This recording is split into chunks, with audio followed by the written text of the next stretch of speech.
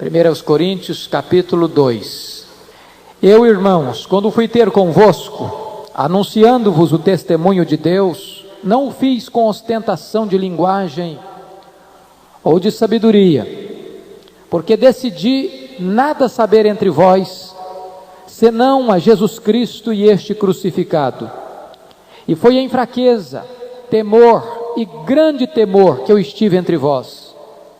A minha palavra e a minha pregação não consistiram em linguagem persuasiva de sabedoria, mas em demonstração do Espírito e de poder, para que a vossa fé não se apoiasse em sabedoria humana, e sim no poder de Deus. Entretanto, expomos sabedoria entre os experimentados, não porém a sabedoria deste século, nem a dos poderosos desta época, que se reduzem a nada. Mas falamos a sabedoria de Deus em mistério, outrora oculta, a qual Deus preordenou desde a eternidade para a nossa glória.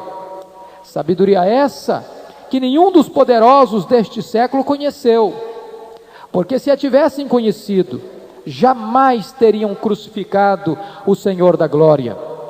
Mas como está escrito, nem olhos viram, nem ouvidos ouviram, nem jamais penetrou em coração humano o que Deus tem preparado para aqueles que o amam.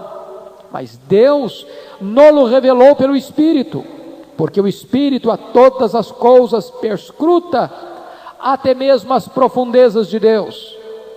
Porque qual dos homens sabe as coisas do homem, senão o seu próprio Espírito que nele está? Assim, também as coisas de Deus, ninguém as conhece, senão o Espírito de Deus. Ora, nós não temos recebido o Espírito do mundo, e sim o Espírito que vem de Deus, para que conheçamos o que por Deus nos foi dado gratuitamente. Disto falamos também, não em palavras ensinadas pela sabedoria humana, mas ensinadas pelo Espírito, conferindo coisas espirituais com espirituais. Ora, o homem natural não aceita as coisas do Espírito de Deus, porque eles são loucura, e não pode entendê-las, porque elas se discernem espiritualmente. Porém, um homem espiritual julga todas as coisas, mas ele mesmo não é julgado por ninguém. Pois quem conheceu a mente do Senhor, que o possa instruir? Nós, porém, temos a mente de Cristo. Amém. Quero meditar sobre esse texto, sobre o tema, a gloriosa mensagem do Evangelho. A gloriosa mensagem do Evangelho. Eu vou pedir a gentileza de desligar, Hudson, esse ventilador para mim, me ajuda bastante.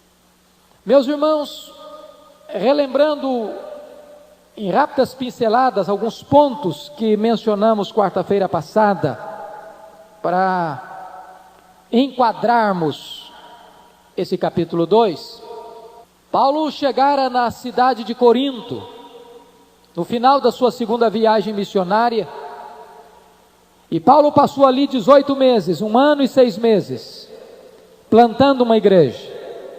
Resolveu ele se fixar naquela cidade por causa do aspecto estratégico da cidade de Corinto, cidade portuária, cidade com um intenso e febril comércio, de muita gente chegando, de muita gente saindo, uma cidade que era o centro das grandes discussões filosóficas da época, um dos maiores centros do saber humano, onde o principal hobby da cidade era ir para as praças e escutar os grandes oradores, colocarem a sua cosmovisão, seu entendimento do que é o mundo, do que é a vida.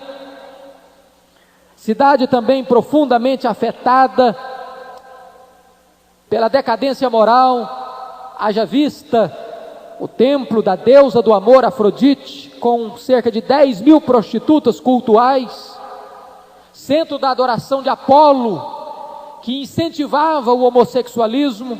Daí Corinto era um dos maiores centros homossexuais do mundo. É por isso que Paulo escreve a sua carta aos Romanos de Corinto, e no capítulo 1 ele faz uma descrição tão vívida da decadência moral da sociedade daquela época, certamente olhando para o retrato da cidade de Corinto. E Paulo então entende que aquela era uma cidade em que ele tinha que ensinar o Evangelho, pregar o Evangelho. O que é tremendo é que aquela cidade, sendo o centro da filosofia, um dos centros maiores da discussão das ideias, Paulo entende que era hora de chegar ali e plantar e ensinar sobre a verdadeira sabedoria. Na terra da filosofia, Paulo entende que é o lugar de ensinar a autêntica, genuína e verdadeira sabedoria. Paulo enfrenta alguns problemas ali. Primeiro, a resistência dos filósofos, que achavam que o Evangelho, traduzido na cruz de Cristo, era uma loucura, porque eles estavam afeitos aos grandes pensadores gregos, Sócrates, Platão, Aristóteles, Péricles. E Paulo chega falando de um carpinteiro de Nazaré que foi crucificado, e mostrando que esse carpinteiro de Nazaré, que fora crucificado, era a essência da sua mensagem. Isso era loucura para os gregos. Mas também em Corinto havia uma forte comunidade judaica, que se reunia nas sinagogas, e para eles, Cristo crucificado era um escândalo, porque eles aguardavam um Messias poderoso, que haveria de quebrar o jugo do poder de Roma, e esse Messias vem como Messias sofredor, que morre numa cruz. E Paulo enfrenta essas resistências intelectuais ao Evangelho. Mas Paulo enfrenta também em Corinto uma forte resistência à sua própria autoridade apostólica. Talvez em nenhuma igreja, como a igreja de Corinto, Paulo enfrentou resistência à sua própria autoridade apostólica.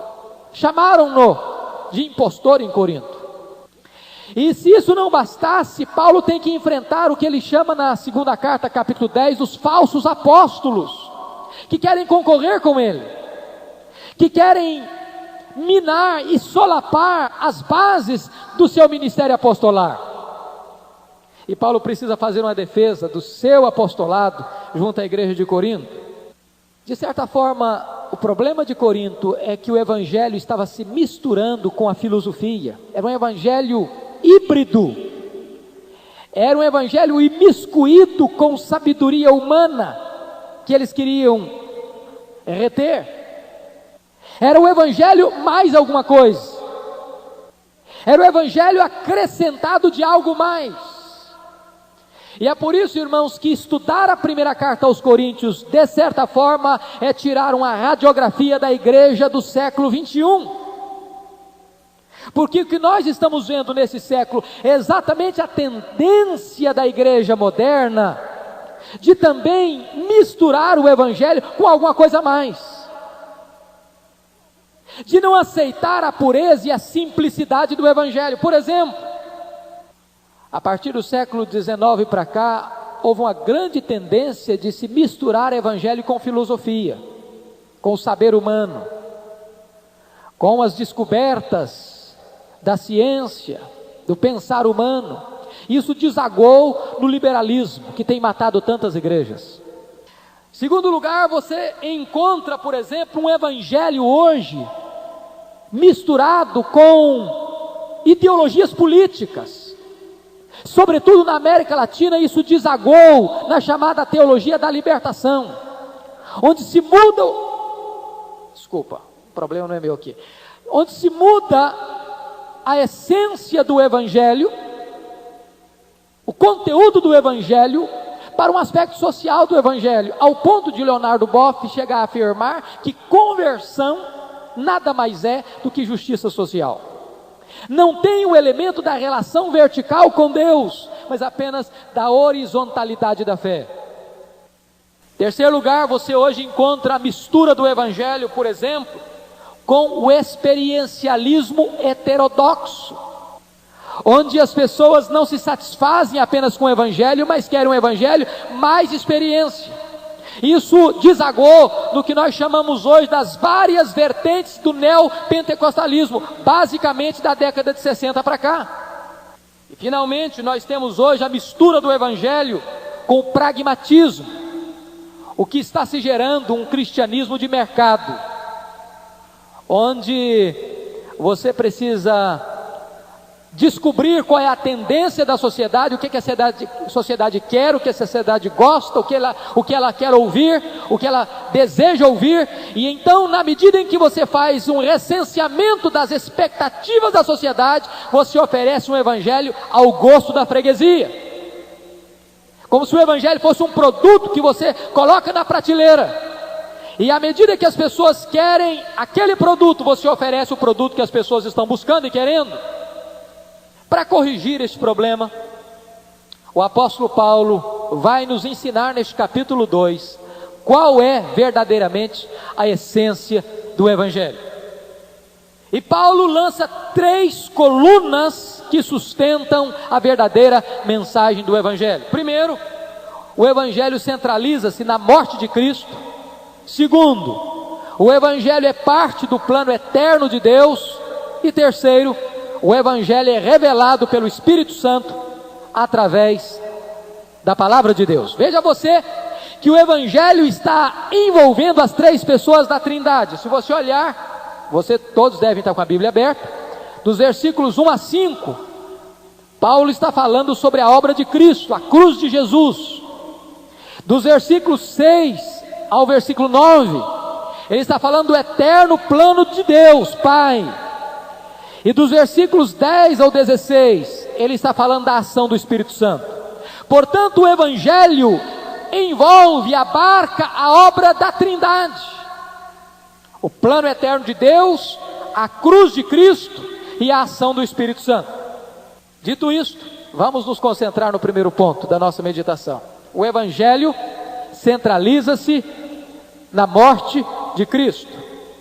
Primeiro ponto desse tópico é que Paulo relembra aos coríntios o conteúdo do evangelho. Vejam vocês no verso 2: porque decidi nada saber entre vós senão a Jesus Cristo e este crucificado.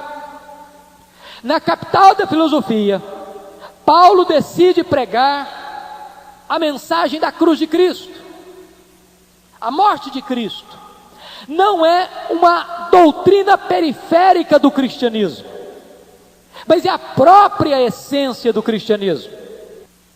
A cruz não é um apêndice, a cruz é o núcleo, é o centro, é o eixo, é a essência do cristianismo. A morte substitutiva de Cristo na cruz, meus irmãos, é o ponto central do evangelho. Não há outro evangelho a ser pregado a não ser Cristo e este crucificado.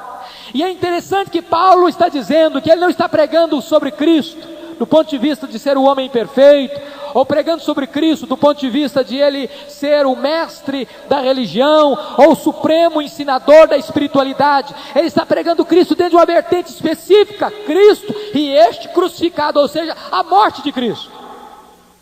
Todas as vezes que a igreja perde de vista a centralidade da morte de Cristo, a igreja perde a essência do próprio evangelho.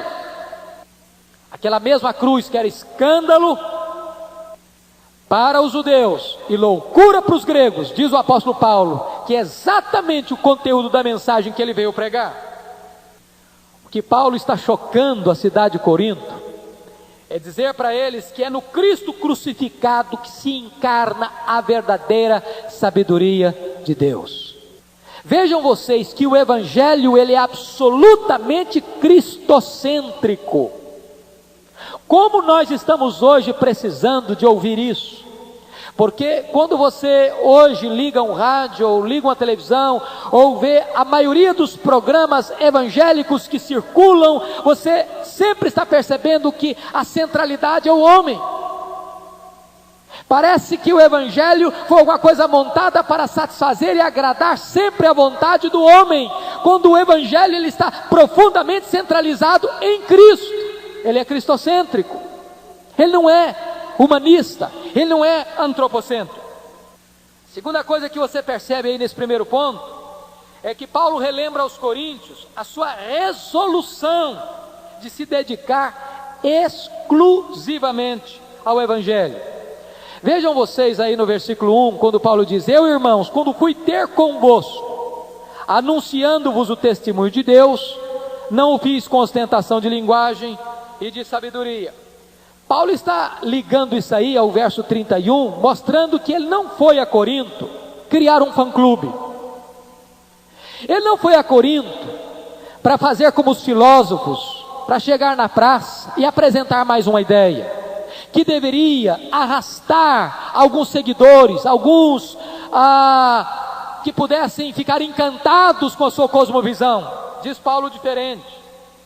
Ele diz que foi para Corinto para glorificar a Deus, pregando o Evangelho de Jesus Cristo. Se você percebe aí, ele vai anunciar o testemunho de Deus, versículo 1. O que é o testemunho de Deus? É o próprio Evangelho, é a própria cruz, é a própria mensagem da salvação. E o que eu gostaria que você percebesse, é que no verso 2, Paulo é categórico, quando ele toma uma decisão, porque decidi nada saber entre vós. É uma decisão produto de um pensamento claro, categórico, pensado, refletido, amadurecido. Paulo diz: eu tomei uma decisão que não volta atrás, e eu não quero tratar de outra matéria, a não ser Jesus Cristo e este crucificado. Obviamente, quando Paulo está falando isso, Paulo não está dizendo que ele é pregador de uma tecla só. O que Paulo está dizendo é que ele não vai se deixar seduzir pela influência da cidade de Corinto, para se encantar com a filosofia e sabedoria humana, que ele vai concentrar a sua pregação na mensagem de Jesus Cristo, do Evangelho de Jesus Cristo. Meus irmãos, isto é maravilhoso, porque a paixão de Paulo é o Evangelho. Não há outra mensagem, não há outra coisa que atraia o apóstolo Paulo. Essa é a grande necessidade dos pregadores, pregadores que tenham paixão pelo Evangelho, pregadores que não tenham outra mensagem a não ser o Evangelho, que não tenham outro sonho a não ser o Evangelho, que não tenham outra bandeira a não ser o Evangelho, que não tenham outra atração a não ser o Evangelho. Muitos pregadores, Paulo está dizendo, engrandecem-se a si mesmos. Os seus dons de tal maneira são ressaltados, de que isso lança sombra sobre Jesus. E às vezes você percebe que quando se vai fazer uma campanha evangelística, ou se vai fazer um programa especial, o nome de destaque não é o nome de Jesus, é o nome do pregador. O que é atrativo não é o nome do Senhor Jesus, é o nome daquele que apresenta a mensagem. E Paulo está mostrando que nós não podemos fazer sombra ao nome de Jesus. Eu achei muito interessante uma história que li, de uma igreja, onde tinha um pregador muito alto, de alta estatura, de elevada estatura, e atrás do púlpito ficava um vitral muito bonito, onde tinha uma cruz, e de repente, num culto especial, aquela igreja convidou um outro pregador para uma conferência, e era um pregador de baixa estatura. E quando aquele pregador, pastor da igreja, que era um muito alto, se levantava para pregar, as pessoas assentadas não conseguiam ver o vitral, não conseguiam ver a cruz, porque ele se levantava e se postava exatamente em frente da cruz. E quando esse pregador de baixa estatura se levantou para pregar, então o vitral era visto. Aí uma menina cutucou a mãe e disse: mamãe, cadê aquele pregador que quando ele se levanta a gente não pode ver Jesus? E a pergunta daquela menina representa uma verdade hoje, muitas vezes, do grande perigo do pregador se levantar e impedir que as pessoas vejam a Jesus. Do pregador se levantar e dar mais ênfase aos seus talentos, aos seus dons, à sua capacidade, do que pregar Jesus e este crucificado. Mas Paulo vai mostrar uma terceira coisa à igreja. Paulo relembra aos coríntios a sua maneira de pregar o Evangelho.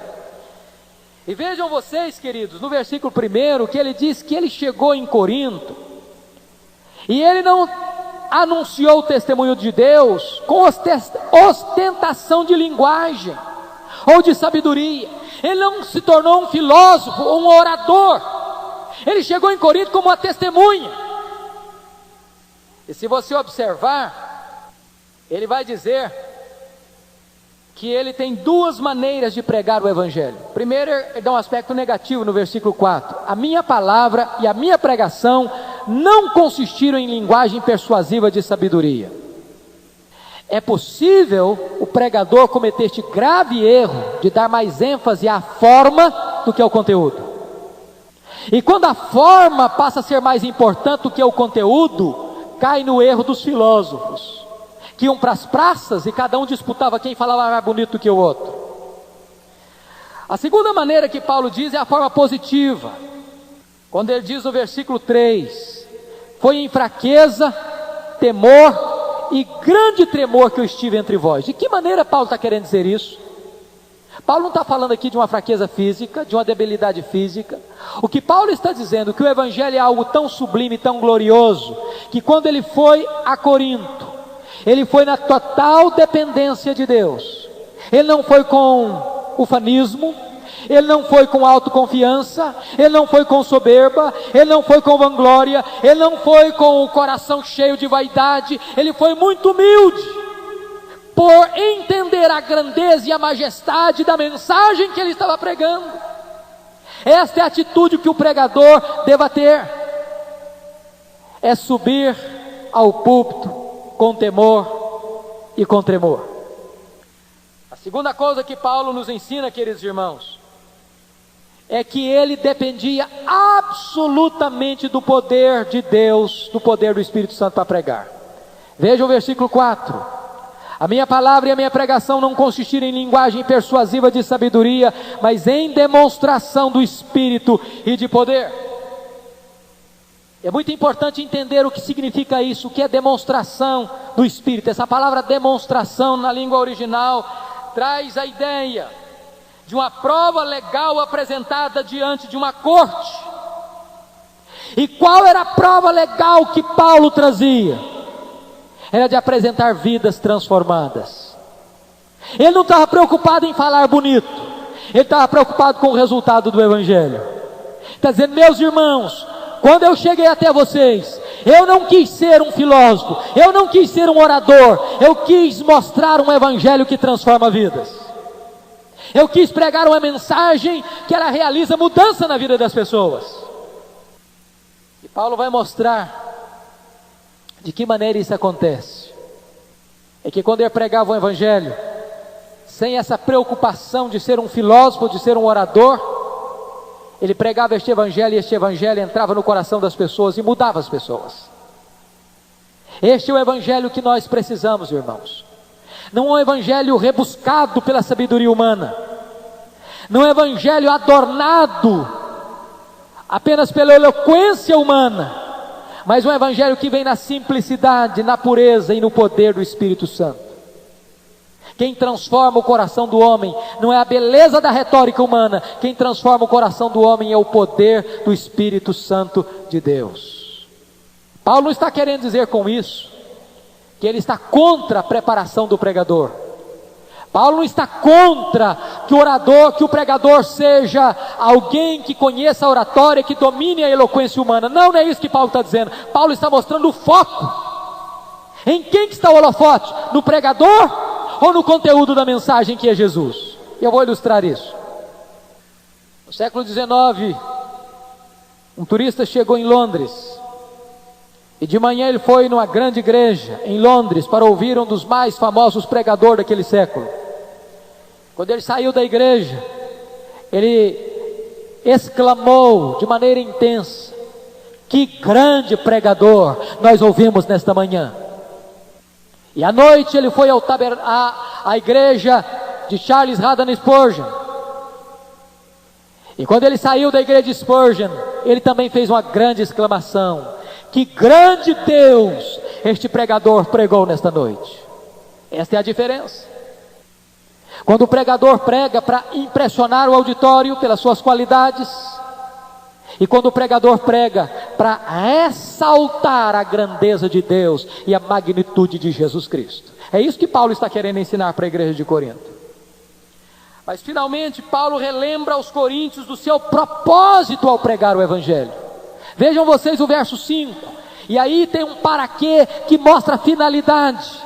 para que a vossa fé não se apoiasse em sabedoria humana, mas sim no poder de Deus. Temos que pregar o Evangelho com simplicidade, ressaltando o conteúdo do Evangelho, para que as pessoas não deem mais importância ao pregador do que à mensagem. Esse era o problema da igreja de Corinto, lembram? Eles estavam dividindo a igreja, por quê? Porque davam mais importância ao mensageiro do que à mensagem. Paulo tem que ensinar nesta carta, na segunda carta, que o vaso que é o mensageiro é de barro. O importante não é o vaso de barro, o importante é o poder, é o conteúdo que está dentro deste vaso. Este conteúdo é o poder de Deus, este conteúdo é o Evangelho, e é este conteúdo que tem que ser ressaltado. Ele chega a perguntar à igreja de Corinto: quem é Paulo? Apenas servo, por meio de quem vocês creram. Vocês não têm que enaltecer o pregador, vocês têm que enaltecer o Jesus que este pregador prega. Todas as vezes que a igreja cai no equívoco do culto à personalidade, ressaltando mais o mensageiro do que a mensagem, a igreja comete um grave pecado contra o Senhor Jesus Cristo. Segundo ponto da nossa mensagem é que o Evangelho é parte do plano eterno de Deus. Paulo agora vai mostrar para a igreja de Corinto que a sabedoria de Deus não está na sofia, na filosofia humana, mas que a sabedoria de Deus está no Evangelho. A sabedoria de Deus é Cristo e este crucificado. E eu quero fazer algumas perguntas aqui para encontrarmos a resposta. Primeiro, qual é a origem da verdadeira sabedoria, da verdadeira sofia? Não está na filosofia humana. Essa sabedoria não procede de homens, ela procede de Deus. Veja você o verso 7. Mas falamos a sabedoria de Deus em mistério, outrora oculta, a qual Deus preordenou desde a eternidade para a nossa glória. Esta sabedoria não é elaborada, produto da lucubração humana, do pensamento refinado, das correntes filosóficas, mas essa sabedoria vem de Deus, não dos homens. No versículo 6, Paulo chega a dizer: entretanto expomos sabedoria entre os experimentados. Essa palavra experimentado aqui, ela está um pouco difícil de entender, porque a palavra teleios, de onde vem maduro, e Paulo não está querendo aqui dizer uma certa categoria de crente, mas ele está fazendo a distinção entre os sábios do mundo e aqueles que são convertidos. E Charles Hodge chega a afirmar que esses experimentados aqui são na verdade aqueles que são convertidos, aqueles que têm o Espírito Santo, aqueles que são novas criaturas. E Paulo está dizendo que ele está expondo sabedoria entre aqueles que nasceram de novo, não porém a sabedoria deste século, nem a dos poderosos desta época, que se reduzem a nada. Ele está comparando entre o salvo e o perdido. E Paulo vai dizer que essa sabedoria não começou na história, ela começou na eternidade. Versículo 7, é muito bonito entender isso. A sabedoria de Deus em mistério, outrora oculta, a qual Deus preordenou desde a eternidade, outrora escondido, mas agora foi plenamente revelado, foi plenamente aberto, foi plenamente exposto para as pessoas. E é nesse sentido, queridos, que João Calvino chegou a dizer que nós só conhecemos a Deus porque Deus se revelou. O conhecimento de Deus não é produto da investigação humana, é produto da revelação divina. Nós não conhecemos a Deus porque o homem matutou, pensou, filosofou, criou correntes de pensamentos e depois então ele disse: eureka, descobrimos a Deus. Não, nada disso. O homem conhece a Deus porque Deus se auto-revelou na natureza, na consciência, nas Escrituras e em Jesus Cristo. E qual foi o propósito desta revelação, deste mistério? Qual foi o propósito de Deus abrir as cortinas e mostrar para o homem a verdadeira sabedoria que é Jesus? Diz o verso 7, que Ele preordenou estas coisas para a nossa glória. O que Paulo está querendo dizer com isso? que a sabedoria de Deus objetiva não apenas a glória de Deus, mas a glória da igreja, ou seja, a sua glorificação, a sua entrada no céu, a bênção da consumação da sua redenção em Jesus Cristo. Segundo ponto, como é que nós podemos conhecer esta sabedoria que nasceu na eternidade, nasceu em Deus? O apóstolo Paulo vai dizer, você pode olhar aí no versículo 8, sabedoria essa que nenhum dos poderosos deste mundo conheceu. Que Paulo está dizendo que o homem não regenerado não conhece a sabedoria de Deus. Lembram que no capítulo 1, Deus está dando nota 0 para a filosofia do homem, para a sabedoria humana, que se reduz a nada, que através da sabedoria o homem não conhece a Deus. Paulo está dizendo agora no versículo 8 que essa sabedoria, nenhum dos poderosos deste século conheceu. Quem são os poderosos deste século? A palavra grega que aparece aqui está descrevendo as autoridades romanas e judaicas que crucificaram o Senhor da glória. E ele diz por que não conheceu? Porque se tivessem conhecido, diz Paulo, jamais teriam crucificado o Senhor da glória. Por que é que as autoridades romanas crucificaram Jesus? Por que é que as autoridades judaicas pediram a crucificação de Jesus? Por quê? Porque não conheciam a Jesus. Porque se tivessem conhecido quem Jesus Cristo de fato era, diz Paulo, jamais teriam crucificado o Senhor da glória. O que Paulo está dizendo, que os intelectuais do mundo são cegos espiritualmente, que eles não têm discernimento espiritual, que eles não têm entendimento espiritual. E é por isso que quando Jesus estava na cruz, ele disse, Pai, perdoa-lhes. Por quê? Porque eles não sabem o que eles estão fazendo. É verdade, eles eram ignorantes. Porque se soubessem, eles jamais teriam crucificado o Senhor da glória. Agora, irmãos, prestem atenção num detalhe maravilhoso do Evangelho. Paulo está dizendo que a ignorância espiritual é a causa de um imenso mal e é a ocasião de um imenso bem. É a causa de um imenso mal, porque eles crucificaram o Senhor da glória. A mais terrível injustiça, porque Jesus era inocente.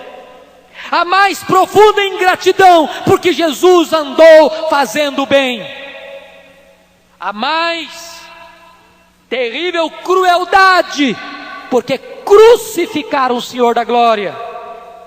E ainda a mais perversa impiedade, porque crucificaram o Filho de Deus, o Senhor da glória. Agora veja você, que um ato mau, um imenso mal, pode desaguar numa ocasião para um imenso bem. Veja você que ele liga o fato de crucificarem o Senhor da glória com o versículo 9. Mas como está escrito, ou seja, a crucificação de Jesus vai abrir as portas para algo extremamente glorioso. Nem olhos viram, nem ouvidos ouviram, nem jamais penetrou o coração do homem o que Deus preparou para aqueles que o amam. Fantástico isso! Foi a crucificação do Senhor da glória que abriu as comportas da glória. Foi a crucificação do Senhor da glória que abriu o caminho para Deus. Foi a crucificação do Senhor da glória que abriu a porta de entrada para o paraíso, para a bem-aventurança eterna. Porque Jesus foi crucificado em nosso lugar, Deus preparou para nós o céu e a bem-aventurança eterna. E agora Paulo, em terceiro e último lugar, vai mostrar para nós os dons da verdadeira sabedoria no versículo 9. E ele vai dizer que essa sabedoria de Deus, que é Jesus, conseguiu para nós dons tão maravilhosos que a percepção humana, através do seu olhar, através da sua audição e através do seu sentimento, nunca pode entender e alcançar o que Deus preparou para nós. Meus irmãos, se o homem pudesse alcançar a glória pela sua percepção física, do olhar, do ouvir, e do sentir. Todas as pessoas gostariam de ter o Evangelho. É óbvio. Mas Paulo diz que o homem não consegue alcançar o dom da graça de Deus, o céu, as bem-aventuranças eternas, por aquilo que ele vê, por aquilo que ele ouve, por aquilo que ele sente. O homem não pode alcançar a graça de Deus pelos seus sentidos. É uma revelação espiritual. Isso nos leva ao terceiro e último ponto da nossa meditação. O Evangelho é revelado pelo Espírito Santo, através da palavra de Deus. Isso vai do verso 10 ao verso 16. Lembram que eu disse para vocês que a nossa salvação envolve a Trindade? Observe então, ninguém pode ser salvo a não ser pela graça eletiva de Deus. Veja verso 7. Mas falamos sabedoria de Deus em mistério outrora oculta, a qual Deus preordenou, predeterminou, predestinou desde a eternidade. Veja você que o Evangelho inclui uma escolha eterna, soberana de Deus. Segundo lugar, a nossa salvação precisa passar pela morte vicária da segunda pessoa da Trindade, Jesus Cristo. O verso 2. Mas decidi nada saber entre vós, senão é Jesus Cristo e este crucificado. Mas em terceiro lugar, o Evangelho ou a salvação não pode acontecer senão pela ação regeneradora do Espírito Santo de Deus. Veja o versículo 12. Ora, nós não temos recebido o Espírito do mundo, e sim o Espírito que vem de Deus. Para quê? Para que conheçamos o que por Deus nos foi dado gratuitamente. Então não há salvação sem a eleição do Pai, sem a morte vicária do Filho e sem a ação regeneradora da terceira pessoa da Trindade, o Espírito Santo. E aqui eu queria enfatizar 4 coisas para terminar. Primeiro, Paulo vai mostrar nesta perícope, neste parágrafo, o ministério do Espírito Santo. Ele destaca 4 coisas. Primeiro, ele destaca que o Espírito Santo habita no crente. Veja o versículo 12.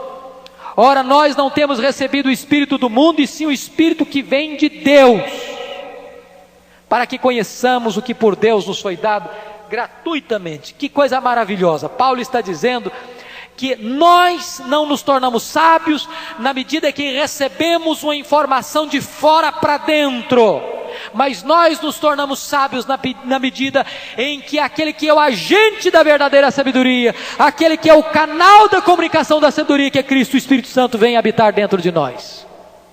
Você é habitado pelo Espírito Santo.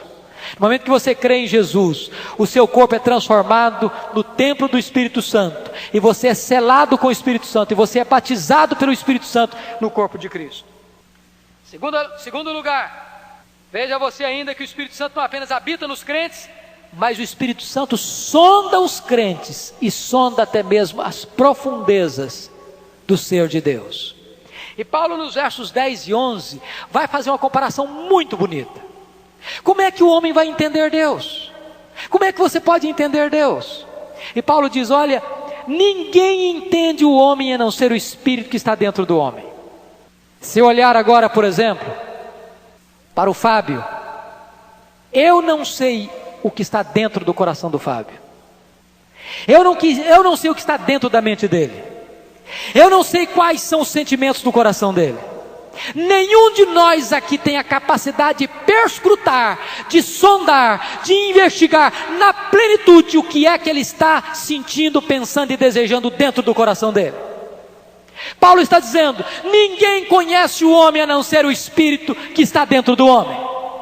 Agora, eu posso cogitar acerca do que ele está pensando, mas eu não posso ter certeza. Mas ele sabe exatamente o que ele está pensando e o que ele está sentindo. Alguém fora dele não pode discernir o que ele está pensando, sentindo. Aí Paulo aplica, diz assim, está assim também com Deus.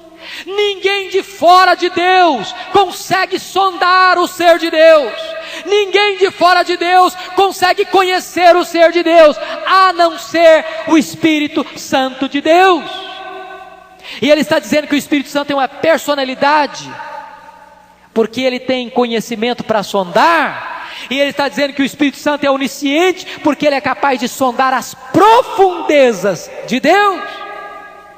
Ele está dizendo que é o Espírito Santo que habita em nós e que conhece as profundezas de Deus, a pessoa de Deus, os atributos de Deus, a glória de Deus, o projeto de Deus. É este Espírito Santo que nos revela a pessoa de Deus. Daí, meus irmãos, como nós precisamos depender do Espírito Santo para conhecermos a Bíblia, para conhecermos o Evangelho. Paulo está dizendo que eu não posso pregar o Evangelho fiado em conhecimento humano, em sabedoria humana, porque é o Espírito Santo quem revela essas verdades para nós.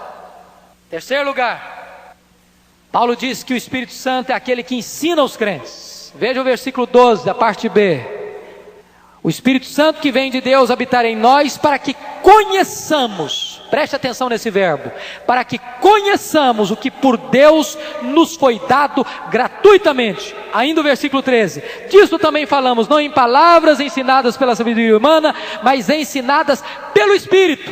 E de que maneira que o Espírito nos ensina? Não é de uma maneira subjetiva, mas de uma maneira objetiva. Paulo diz, conferindo coisas espirituais com espirituais. O que seriam essas coisas espirituais? A própria palavra de Deus. Se você quer conhecer, meu irmão, a sabedoria de Deus, o Evangelho de Jesus, você precisa estudar a palavra de Deus. E Paulo está dizendo que a Bíblia interpreta a Bíblia. Você confere coisas espirituais com coisas espirituais. Você lê um texto e interpreta um texto à luz de outro texto. Você tem que ler a Bíblia, você tem que comparar a palavra de Deus com a palavra de Deus. E finalmente, o Espírito Santo leva os crentes à maturidade espiritual. Versículos 14 a 16.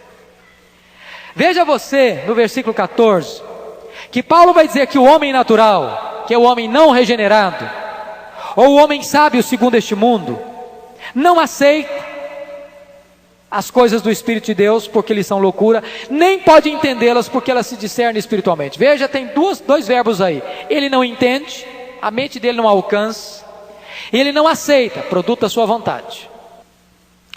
Por que que ele não entende? Ele não entende porque o Evangelho não é entendido pela sabedoria humana. Um cientista pode não entender o Evangelho, e um analfabeto pode entender o Evangelho. Não é uma questão de habilidade, de ginástica mental.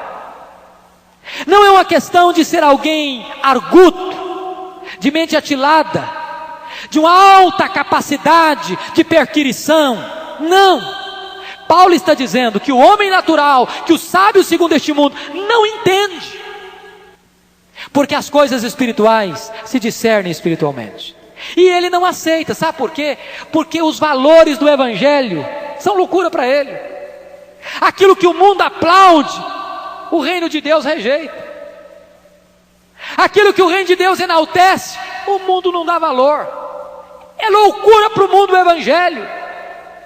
E Paulo diz, todavia, versículo 15, porém o homem espiritual julga todas as coisas. A palavra julgar, aqui fica um pouco confusa para nós, sobretudo quando diz o versículo no final, mas ele mesmo não é julgado por ninguém. Tem muita gente que pega esse versículo aqui para inchar o pé e dizer, eu sou crente e não aceito que ninguém me julgue. Não é isso que Paulo está ensinando. A palavra julgar aqui pode ser traduzida por discernir. O que ele está dizendo é que o homem espiritual, ou seja, o homem convertido, ele discerne todas as coisas.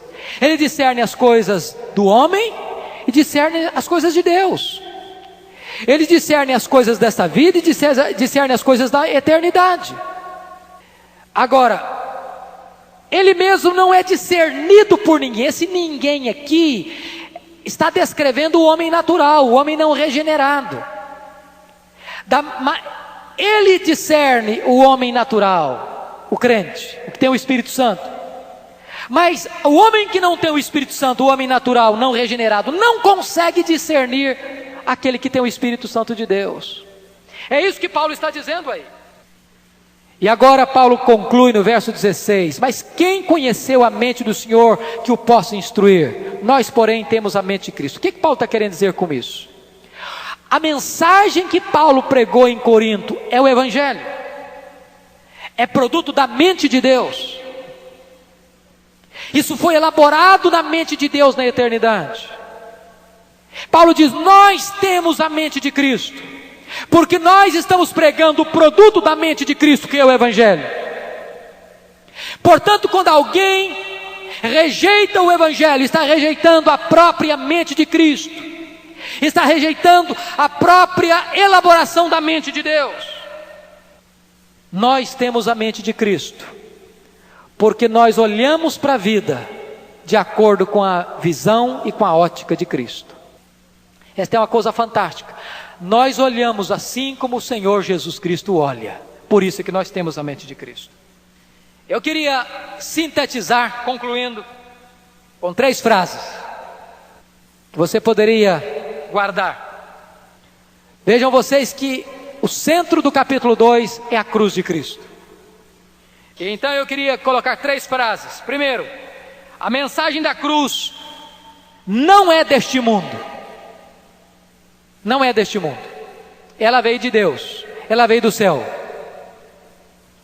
Não é descoberta humana, é revelação divina. Segunda frase: a mensagem da cruz foi ordenada antes deste mundo.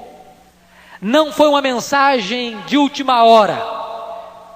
Deus não criou a mensagem da cruz porque o plano A fracassou, então ele partiu para o plano B. Não, o Evangelho foi preordenado antes da fundação do mundo. Terceira frase: a mensagem da cruz traz-nos bênçãos para além deste mundo. Aquilo que nenhum olho viu, nenhum ouvido ouviu, nem jamais subiu ao coração do homem, é isto que Deus preparou para aqueles que o amam. Que nós nos apeguemos à mensagem da cruz. Que nós jamais, meus irmãos, deixemos de nos concentrar nesta mensagem de Cristo e este crucificado. Que Deus nos abençoe. Amém.